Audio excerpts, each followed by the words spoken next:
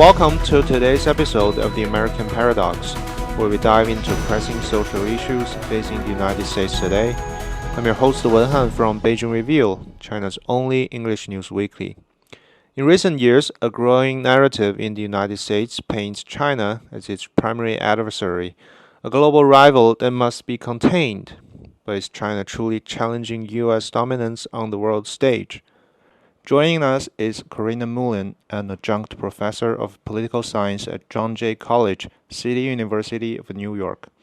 On her first visit to China, she traveled through several cities, visited universities and historical sites, and gained a first-hand look at the country.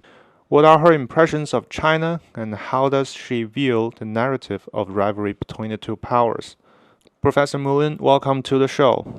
We know that you have been in China for some weeks.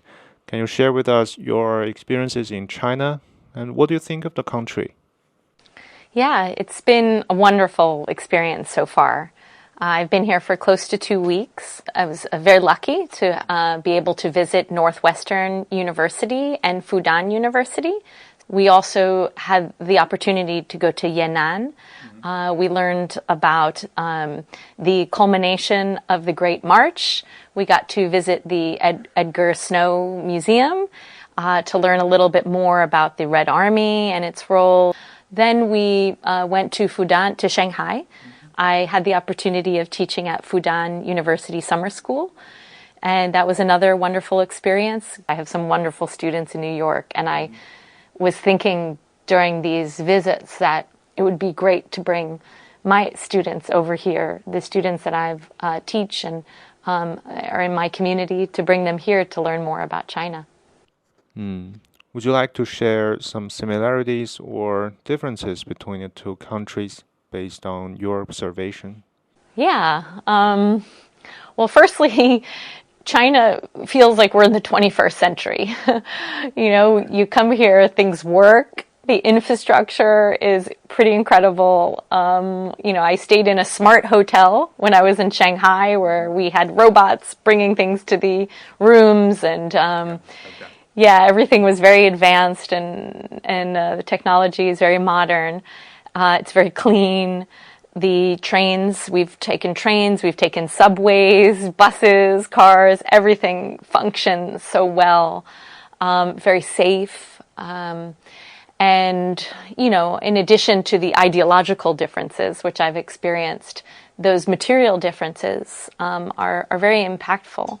When you go to New York, you'll see, though, that it's a very different context. You arrive in New York, LaGuardia or JFK Airport, already you see this is declining infrastructure.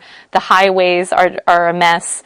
The subways, we've had bridges collapse. We've had trains crashes. There's a real divestment in infrastructure in the U.S. Some scholars refer to it as organized state abandonment, in the sense that the state, it's a bourgeois state that facilitates accumulation for the bourgeoisie, for the wealthy, for the elite, and is not really interested in the masses and the welfare of the masses. So when you come to the U.S., you feel it's a place that is full of contradictions, full of tensions, social tensions. You'll see a lot of poverty. You see a lot of infrastructure is in disrepair. It's a very different experience. China, I feel, is the exact opposite. I feel there's a lot of social cohesion here. There's a lot of community. Every night, I love going out to the squares and seeing people dance, especially elderly people. You go out 8, 9 o'clock, and people are listening to music, doing exercises, dancing collectively. A lot of children and elderly people on the streets throughout all of the day. Every cultural heritage site that I visited just has been full of people, especially now I understand kids are on holiday. So there are a lot of children around. It just seems like a very clean and safe and sane place. You don't have houseless people, homeless people all over the place. In the U.S., that's something else you see in New York. Homelessness is rampant. People don't have even places to sleep. They can't. At CUNY, where I work, the City University of New York, 40% of our students are food insecure. That means they're missing one meal a day. They don't have enough food to eat.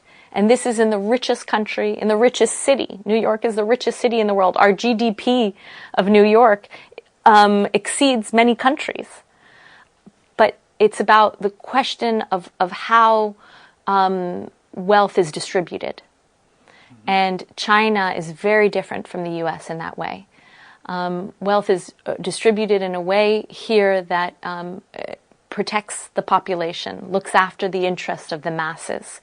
And this is why I look up to China, and I think that I have a lot to learn from China, as does much of the rest of the world, in terms of history, the development model, and the form of governance, the economic and political system as well. This is another reason I'm inspired by being here, to learn about people with much fewer resources and in very difficult conditions who achieved a revolution and achieved a complete transformation of the country historically and in the contemporary moment. The reduction, 800 million people who were brought out of poverty, lifted out of poverty. I mean, that is amazing to me, an incredible example.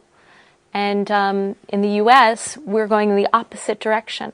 More poverty, more inequality, more repression.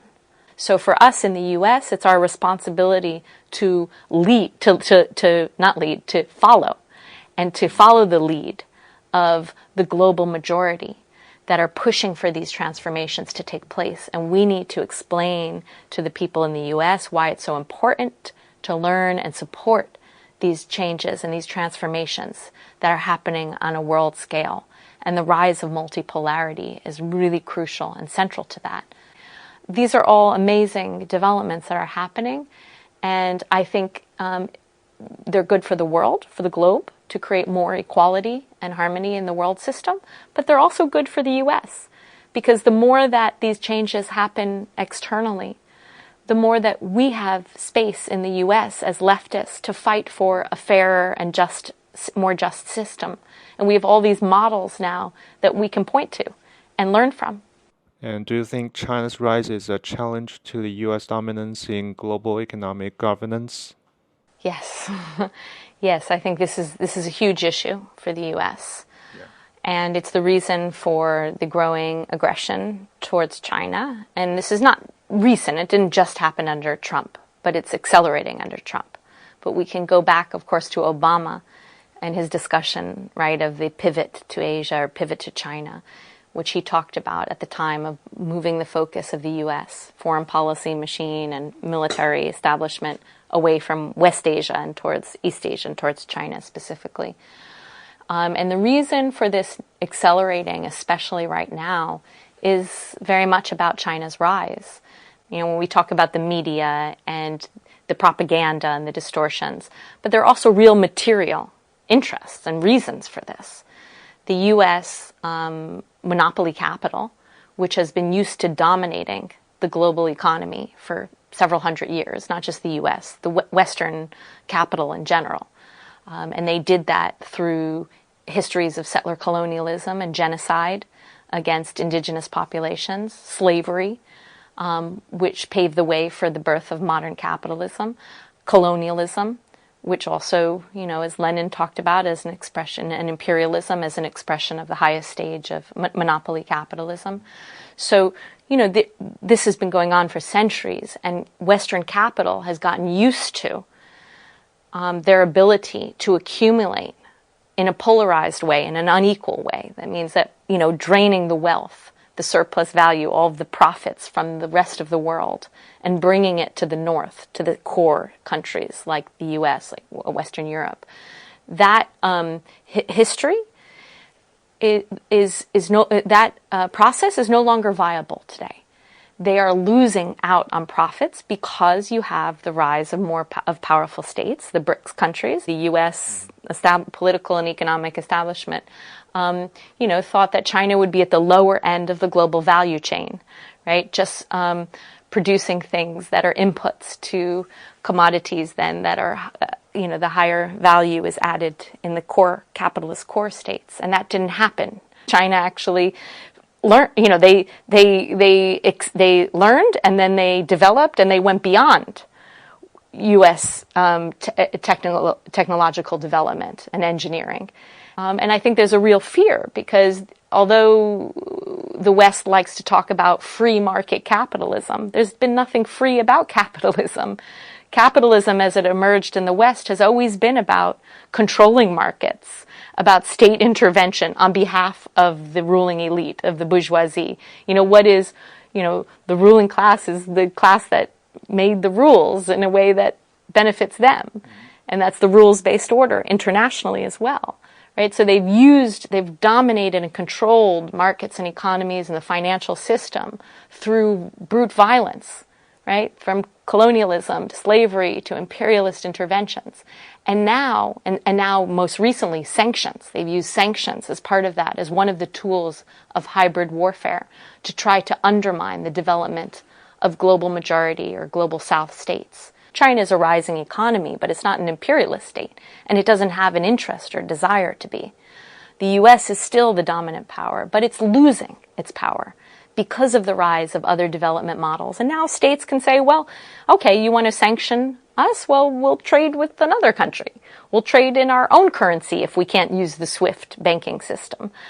So states are finding ways around it, and they're having more autonomous, self-centered development, which is a great thing for Western imperialists, for the bourgeoisie, for monopoly capital in the West. They're fearful. They're fearful about losing their power, their wealth. So those states that defy the West and capitalist, imperialist interest, those states get targeted with all forms of intervention. Sanctions, of course, are one of them. And the aim is to stabilize the crisis, to allow for U.S. capital, or Western capital more generally, Euro-American capital, to continue benefiting and exploiting and oppressing the way they have been for centuries. They don't want that to end. And that's why I'm fearful now. It's a reflection on systems, values, and what kind of world we want to build. So China's rise actually challenges nothing but presents an alternative model of development which centered on people, not profit. Mutual understanding starts with seeing one another clearly beyond headlines and ideology, and perhaps we find not opposition but opportunity, not rivalry but room to grow. Professor Mullin, thank you for your time and your input. Thank you so much. I really appreciate speaking with you. That's it for this episode of The American Paradox. What do you think? Let us know. This podcast is produced by Beijing Review. If you enjoy the show, don't forget to subscribe, leave us a comment, and share with someone who's interested in this topic. Until next time, stay curious.